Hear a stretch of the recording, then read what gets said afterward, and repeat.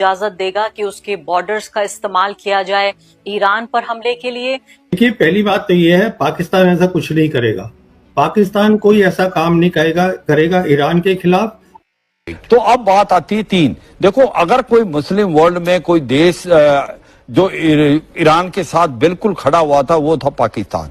वो ही एक प्रकार क्रिटिसाइज कर रहा था इजराइल को। तो कहने का मतलब ये है कि आसिम मुनीर सबसे ज्यादा पावरफुल बंदे हैं आज की तारीख में पाकिस्तान में। सर, एक फंडामेंटल डिफरेंस, सॉरी आपको रुक रहा मैं, आसिम मुनीर की तस्वीरें लगा दीजिए स्क्रीन पर। ईरान का साथ भी दे रहा है, इजराइल को कंडेम भी कर रहा है। देखिए, इस वक्त पाकिस्तान के फील्ड मार्शल का ईरान आना कोई मामूली बात नहीं है। राष्ट्रपति ट्रंप ने आसिम मुनीर से मुलाकात की और फिर इस तरह का उनका ईरान दौरा ये संकेत देता है कि यदि अमेरिका ईरान के साथ सफल बातचीत करना चाहता है तो एक ही रास्ता है और वह है पाकिस्तान के रास्ते।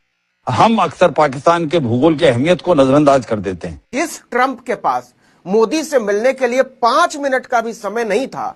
वो आसिम मुनीर के साथ बैठकर लंच कर रहा है, गप्पे लड़ा रहा है। यह है नरेंद्र मोदी की दुनिया में एक नेता के तौर पर साख। और ऐसी साख बनी क्यों है?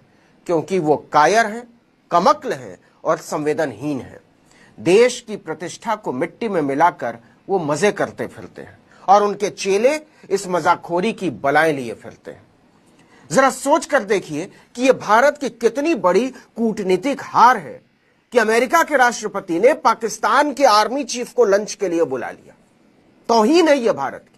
और उसका स्वागत करते हुए ट्रंप एक बार फिर से सीज फायर पर मोदी को झूठा करार देता है कि पाकिस्तान महान है और दोनों देश महान है। अंतर्राष्ट्रीय कूटनीति में अमेरिकी राष्ट्रपति का किसी आर्मी जनरल के साथ व्हाइट हाउस में लंच करना दुर्लभतम घटनाओं में से एक है, क्योंकि अमेरिका का राष्ट्रपति किसी देश के राष्ट्रपति या प्रधानमंत्री से नहीं, उसके आर्मी चीफ से सीधे बात करे। यह कोई साधारण बात नहीं है। कायदा यह कहता है कि कोई भी बात एक राष्ट्राध्यक्ष दूसरे राष्ट्राध्यक्ष से करता है, वो छोटा हो या बड़ा हो। एक विदेश मंत्री दूसरे विदेश मंत्री से करता है।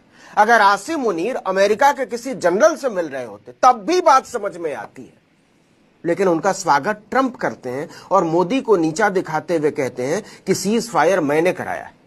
मतलब एक तरह से ट्रंप सीधे तौर पर बोल रहे हैं कि मोदी ने झूठ बोला है, सीज फायर में मेरी कोई भूमिका नहीं है।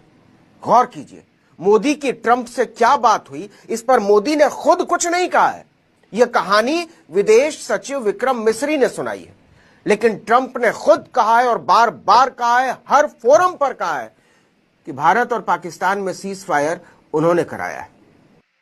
ईरान के पास इतनी ताकत कहां से आ रही है कि भाई वो झुकने को राजी नहीं है, ना ट्रंप की सुनता है ना कहीं से भी झुक रहा है। पिनाज, अगर हम ईरान की हिस्ट्री में जाएं तो ईरान पता नहीं दशकों से सैंक्शनड है। इसका मतलब वो यूएस की या अमेरिका की सुन नहीं रहा है। और ईरान अपने आप को वहां एस्टैब्लिश कर, ईरान के पास भू क्षेत्र बहुत ज्यादा है और वो उसके पास है, उसके पास तेल भी है, तो उसको अपना इकोनॉमी भी चला सकता है। सैंक्शनड है, लेकिन अब सवाल ये उठता है कि इतने सैंक्शन के बावजूद ऐसी मिसाइल्स कैसे बन पा रही हैं। हाँ। सबसे बड़ा सवाल ये है। और ये उसके लिए ये मिसाइल्स बनती हैं, वो उसकी अपनी इंडिजिनस टेक्नोलॉजी नहीं है। मैं आप लोगों को, दर्शकों को बता दूं, उसके पास नहीं है, क्योंकि कुछ ऐसी चीजों की जरूरत पड़ती है जैसे मेम्स होता है, micro electronic mechanical system.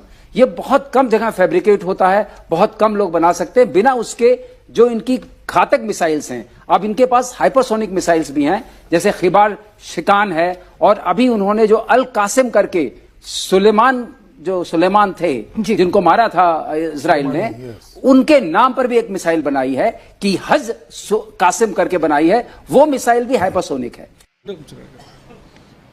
I have just one question. Here. Do you think